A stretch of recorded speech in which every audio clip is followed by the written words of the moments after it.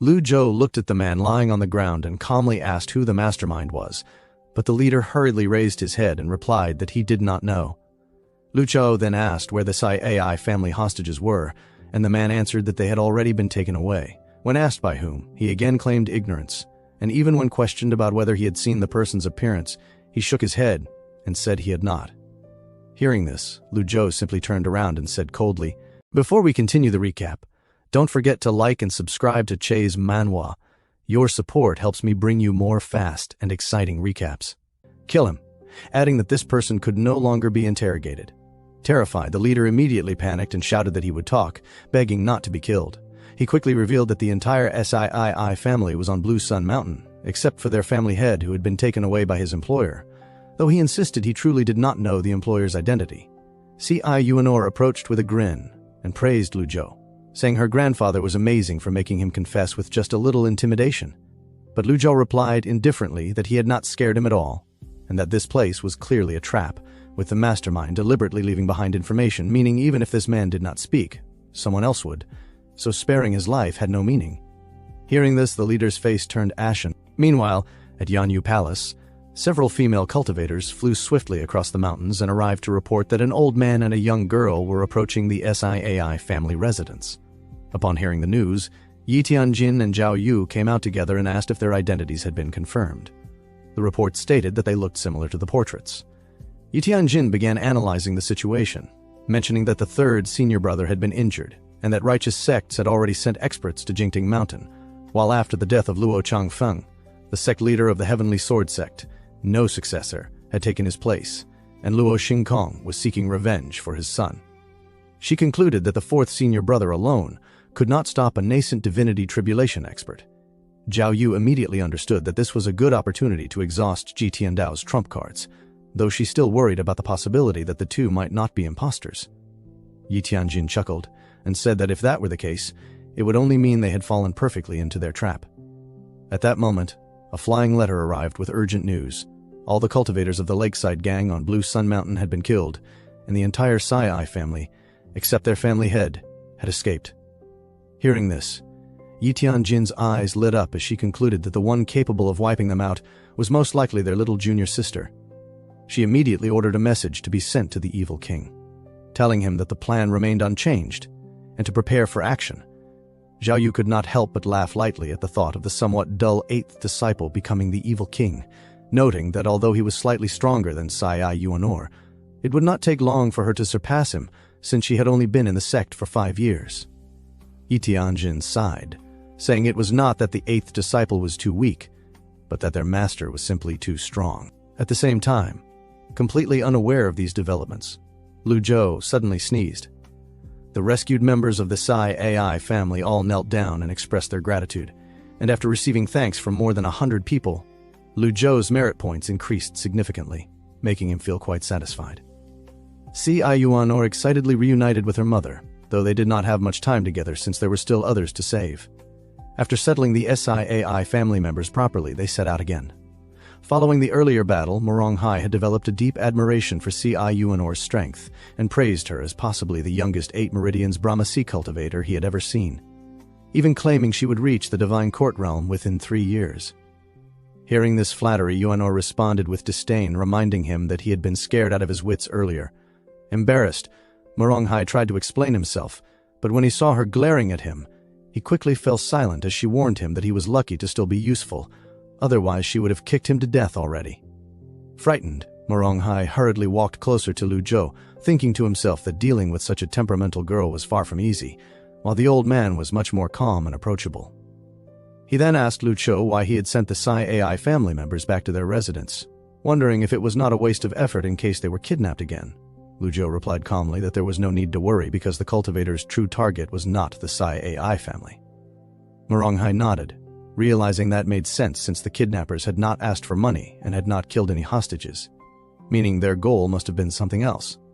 Just as he was pondering the reason, a messenger bird suddenly descended from the sky, carrying a letter from the fourth senior brother. Yuanor leapt into the air and caught the letter, but this time Lu Zhou did not let her read it and instead gestured for her to hand it over. After reading it, his brow furrowed slightly as he instructed her to send a reply to Old Fourth, telling him to wait for his return. Yuanor immediately agreed, while Moronghae, watching from the side, began to speculate that this grandfather and granddaughter pair must belong to some powerful sect, since in the vast world of Great Yan, it was not unusual for hidden experts to exist. Not long after, the group arrived at an open area surrounded by mountains on all sides. Lu Zhou carefully observed the surroundings before speaking loudly, telling whoever was hiding to come out. In the next instant, a sinister laugh echoed through the forest, followed by a terrifying aura surging into the sky. A man in a black robe appeared, his eyes fierce as he held Yuanor's father in his grasp. Seeing this, Moronghae panicked and shouted that it might be a demon from Jingting Mountain and tried to flee, but a hoarse voice rang out coldly, saying it was already too late to run, and a powerful force immediately suppressed him, preventing any movement. Lu Zhou stared coldly at the black-robed man and assessed him silently, realizing from the fluctuations of his aura that he was stronger than a Brahma Sea Realm 8 Meridian cultivator and should be a Divine Court Realm expert, though not strong enough to force him to use his trump card. The man in black spoke arrogantly, noting that although they had managed to escape the trap at Blue Sun Mountain, their strength was still far from sufficient, mocking their group as nothing more than a 2-aperture Mystic Enlightenment cultivator, an 8th-level body tempering cultivator, and an 8 Meridian Brahma Sea cultivator, which in his eyes was a fair exchange. Yuanor's eyes lit up with excitement, eager to fight. But just as she took a step forward, Lu Zhou stopped her and calmly told the man to release the hostage and leave, promising to spare his life. Hearing this, the black-robed man pointed at Lu Zhou in disbelief and questioned whether he knew who he was speaking to. Lu Zhou replied indifferently by naming the 3 yin styles of the Taoist societies, which startled the man slightly as his intuition told him this old man was not as simple as he appeared and must be hiding his true strength. He then demanded to know Lu Zhou's identity, but Lu Zhou instead calmly exposed his cultivation method, explaining that he practiced a reverse breathing technique that absorbed the essence of heaven and earth through the Laogong acupoints into the Dantian, a method that was easy to learn but came with a fatal flaw. His body would be filled with cold energy, causing him extreme pain for at least 10 days every month. After a brief pause, Lu Zhou added coldly that he only had 3 months left to live. The man in black was completely shocked, as such flaws were the deepest secrets of any cultivator, and yet this old man had revealed it so easily. For over 20 years he had cultivated the 3 yin styles and become a powerful divine court expert, but the cost had always been severe. How could this old man know? He once again demanded Lu Zhou's identity, but Lu Zhou only smiled faintly and continued, saying that when the man betrayed the Taoist societies, he had only learned the 3 yin styles and not the 6 yin techniques, explaining that extreme cold must be balanced with extreme yang, and that it was already a miracle he had survived this long. Hearing the term 6 yin techniques, the man became confused, but then suddenly burst into laughter, accusing Lu Zhou of speaking nonsense to deceive him. Immediately afterward, he unleashed a surge of powerful qi and attacked Lu Zhou, but Yuanor blocked the strike with a single palm, declaring that anyone who wanted to harm her grandfather would have to get past her first. She released her own sharp aura and forced the man back, shocking him as he realized she was also a Divine Court Realm expert at such a young age. Yuanor stretched her body, clearly excited for the fight, and turned to Lu Zhou to ask for permission. Lu Zhou simply told her to do as she wished. With her master's approval, she beckoned the black-robed man forward, saying it had been a long time since she had met such a strong opponent and hoping he could last a little longer. Watching this unbelievable scene unfold, Moronghae stood there completely dumbfounded. Moronghae, who had been accompanying them, was so frightened that he was on the verge of wetting himself, finding it utterly bizarre that a young girl like Yuanor would dare to provoke such a terrifying opponent. Yet as her words fell, she had already rushed forward like the wind and launched a kick straight toward the black-robed man's head. The man reacted quickly and raised his arm to block. But the moment their attacks collided, he was forced backward by the overwhelming force of her strike. And before he could stabilize himself, Yuanor closed the distance again and continued her assault, forcing him into a fierce battle as the sounds of their clashes echoed throughout the surroundings, eventually moving their fight to a more open area, while Moronghae stood frozen in shock, prompting Lu Zhou to comment indifferently that this was simply her temperament, though Moronghae could only smile bitterly at such an explanation, thinking that this was no mere temperament, but more like an unleashed demon. Meanwhile, Lu Zhou walked over to check on Yuanor's father and discovered that he had only fainted and was not injured, which relieved him, and when Moronghae, still astonished, Asked why someone with such a powerful granddaughter would pretend to be weak, Lu Zhou calmly replied that people's hearts were treacherous, and one must always remain cautious, causing Morong Hai to bow respectfully and praise his deep understanding of the world, admitting that he had underestimated him all along before, hesitantly asking whether Lu Zhou was also deliberately concealing his cultivation, since in his view it would be impossible for someone so young and powerful to be restrained without an equally strong master. Lu Zhou simply glanced at him without confirming or denying, which was enough for Morong Hai to conclude that he was indeed a hidden expert, though Lu Zhou casually waved his hand and downplayed it, saying he was not truly an expert, which only made Morong Hai more convinced of his humility and magnanimity, especially when comparing him to Si Yuanor's fiery and impulsive personality. And he could not help but remark that while the girl possessed extraordinary talent and limitless potential, it was a pity she did not understand how to conduct herself properly in society. Hearing this, Lu Zhou glanced toward the distant battlefield and admitted that he had indeed been thinking about how to teach her proper principles, though he knew that with her temperament, it would not be easy to change her in a short time. At that moment, the battle was nearing its conclusion, and Si Yuanor excitedly urged her opponent to get back up and continue fighting, praising one of his moves, while the black-robed man lay on the ground coughing and waving his hands in surrender, declaring that he would not fight anymore, which caused Lu Zhou to reveal a faint smile as Morong Hai assumed the matter was finally over and congratulated him on successfully rescuing the SIAI family, believing the journey had come to an end. But Lu Zhou, with a slight frown, walked toward the fallen man and stated that the matter was far from over and had in fact only just begun, then addressed him by name, calling him Pon Jang, which startled the man into asking how he knew his identity. Lu Zhou ignored the question and calmly said that Pon Jang could have lived for another 3 months, but if he wished to die sooner, he could grant that wish, causing Pon Jang to immediately rise to his feet in alarm and watch him cautiously,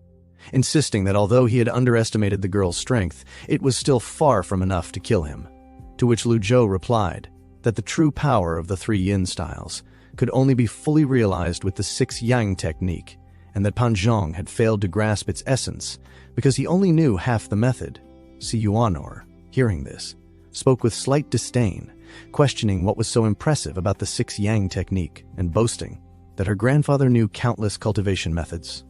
leaving Pon Jang momentarily speechless. But before he could respond, the sound of flying swords suddenly filled the air as a large group of cultivators appeared in the sky with an imposing presence, at the center of which was a red flying chariot from which a clear bell-like laugh echoed, greeting Si Yuanor as little junior sister after a long time apart. Upon seeing this, Si Yuanor grew nervous and instinctively hid behind Lu Zhou, who calmly reassured her and told her there was no need to be afraid and to focus on protecting her father, which she agreed to, regaining her confidence as she reminded herself that her master was still there, while Morong Hai, witnessing everything, widened his eyes in disbelief, unable to accept what he was seeing and thinking it must all be an illusion, because even an expert who had opened all 8 meridians of the Brahma Sea realm was already considered extremely powerful. Yet what stood before him now was far beyond that. When a cultivator stepped into this realm, he could already float in the air, and once all 8 meridians were opened, he could freely soar through the sky. So how could Morong Hai not be shocked when he saw so many experts flying overhead? Moreover, among them were not only Brahma Sea realm cultivators, but also several Divine Court realm experts, and even a flying chariot was present. The flying chariot itself symbolized supreme status, something only the leader of a powerful force could possess. And even in the past, when the 10 great experts besieged Jingting Mountain,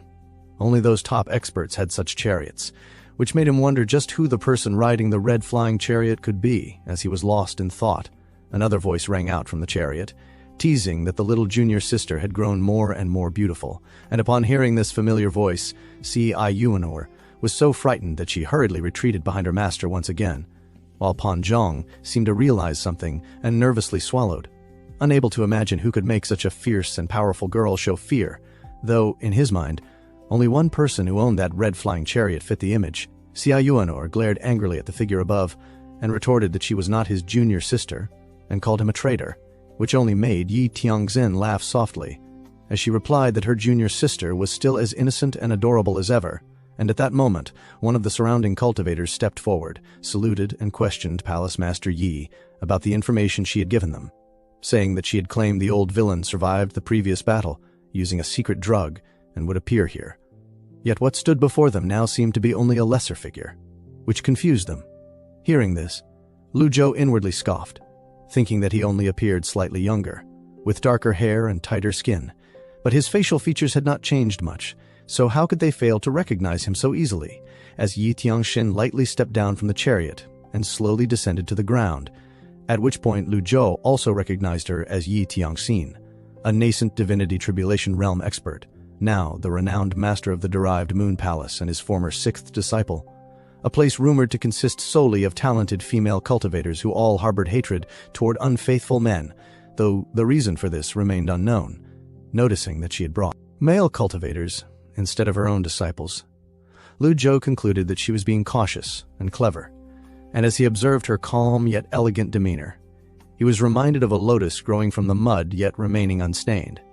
But at the same time, he noted that the eldest, second, fifth, and seventh disciples had not appeared, and with only half an hour remaining on his peak form ability, he knew he had to make the most of it to deal with these traitorous disciples. After landing, Yi Tianxin looked directly at Lu Zhou and declared that he had deceived them, causing the surrounding righteous cultivators to fall silent in shock as they questioned whether this was truly the infamous demonic patriarch they had come to confront. While Morong He, standing nearby, was even more stunned, unable to reconcile the kind-looking old man before him with a terrifying figure of legend. At that moment, Lu Zhou calmly stood with his hands behind his back and said that since she still addressed him as master, he would give her one more chance to return to Jingting Court Mountain and remain one of his 9 disciples. But Yi Tianxin merely laughed lightly and replied that calling him master was only out of respect, and that if he wished to return, he would first have to ask the others present, which immediately stirred the crowd into an uproar as the surrounding cultivators shouted angrily, accusing him of relying on a secret drug to win the previous battle, and declaring that such methods always came with side effects, vowing that this time he would not escape and urging him to surrender. However, Lu Zhou simply smiled, paying no attention to their threats, and instead turned his gaze back to Yi Tianxin and calmly asked how she had been so certain he would appear here, to which she clapped her hands and had a maid present a portrait of his former aged appearance, laughing as she remarked how hard it was to believe that the once dominant villainous patriarch would disguise himself. Before teasingly asking if he would believe her if she said it was merely a guess, Lu Zhou then scanned the surroundings but did not see any of the other traitorous disciples, which made him sigh inwardly in disappointment, realizing that catching only one of them while using his peak-level power did not seem worthwhile. Yet faced with the current situation, he understood that there was no room left for retreat or hesitation.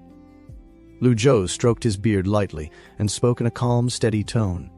addressing Yi Tianjin, as he reminded her that he had once taught her the blue waves technique and given her the amorous hoop so she could protect herself in the dangerous cultivation world, not so she could abandon the sect and betray him. Upon hearing this, Yi Tianxin could not help but laugh, her voice filled with mockery as she replied that he could no longer treat her as he once did, that he was old now and no longer the same Yi Tiandao who could shake the world, and that this very place had been carefully prepared as his grave, causing the surrounding cultivators to grow alert as they began to sense their surroundings and realized that the area was far more dangerous than it appeared on the surface. Si Ayuanor, unable to tolerate such disrespect, angrily retorted that she dared to scold her own master and warned her to be careful of heavenly punishment. But Lu Zhou raised his hand slightly to signal her to remain calm before continuing to question Yi Tianxin, asking who had revealed his whereabouts, whether it was Old Seventh, Old Fifth, or that useless Old Eighth. Yet Yi Tianxin slowly shook her head and replied that she had no need for them to tell her, openly admitting that the kidnapping of the SIAI family had been her plan all along, with the sole purpose of luring both him and their little junior sister out of Jingting Court Mountain. Hearing this, Pon Jang grew uneasy and spoke up, reminding her that she was the one who had assigned him the task and questioning. What would have happened if the old villain had not shown up, only to be coldly cut off by Yi Tianxin, who told him he was asking too many questions and should simply do his job and claim his reward, which made the atmosphere even more tense. Having obtained the answer he sought, Lu Zhou no longer wasted words and calmly declared that he had already killed countless people in the past and did not mind adding a few more, prompting the surrounding cultivators to immediately draw their weapons and prepare for battle as if facing a great enemy, while Yi Tiangxin, however, remained completely fearless and even slightly amused as she questioned why he was still pretending, then revealed what she believed to be the truth, explaining that the secret drug known as Primal Fiend could temporarily boost a cultivator's strength, but came with the severe side effect of having their cultivation for 10 days and could not be used again. Upon hearing this, Lu Zhou recalled that this drug had once been created by the Medicine King but was later rejected and banned by the orthodox sects due to its cruel and dangerous nature, eventually disappearing from the world. And although he said nothing, Yi Tiangxin took his silence as confirmation and grew even more confident in her assumption, a faint smile forming on her lips as she added that there was still one more piece of bad news he had yet to hear. Please subscribe to help me provide you with more recaps.